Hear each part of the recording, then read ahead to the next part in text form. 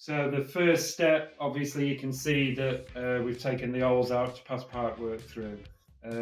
First sort of step, once the top layer of membrane is on and all sealed, is mark the sort of any walls that are going to go in at a later date. So on this, although this is the kitchen here, we've got a hallway stroke porch there as you come through the front door. So if you look here, we actually mark them out with a sort of pin on the millimetre best we can.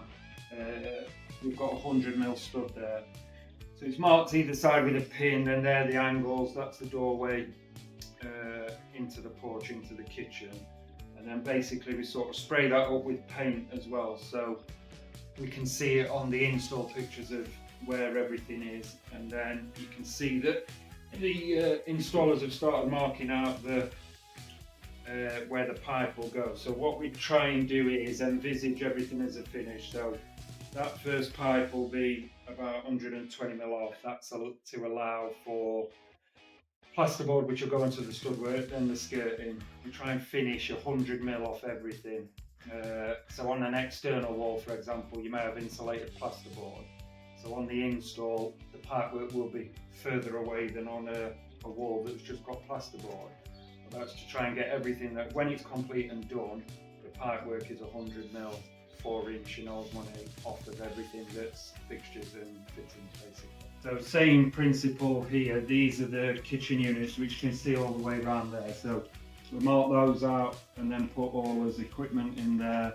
One of the key things with Underfloor is that you've got a sort of clear workspace, so everything in the units, that's a little trick. And then here, the kitchen units here, these actually measure to the pin 600, but of the kitchen plan we've got a worktop of 625, and then obviously you have the worktop that comes down, and then there's a little reveal to the kitchen door, and then at the bottom here you'll also have where it goes into the kickboard.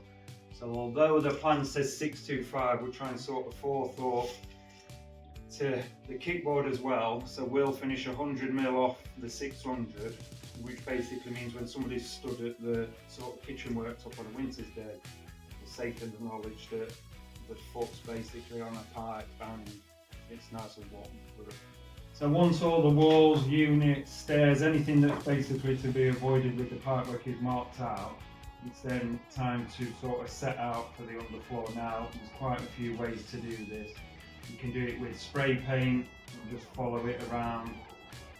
We like to use the clip rail because it gives us perfect centres. So this particular project is a 150mm centre. So this is the marks that you'll see on the clip rail.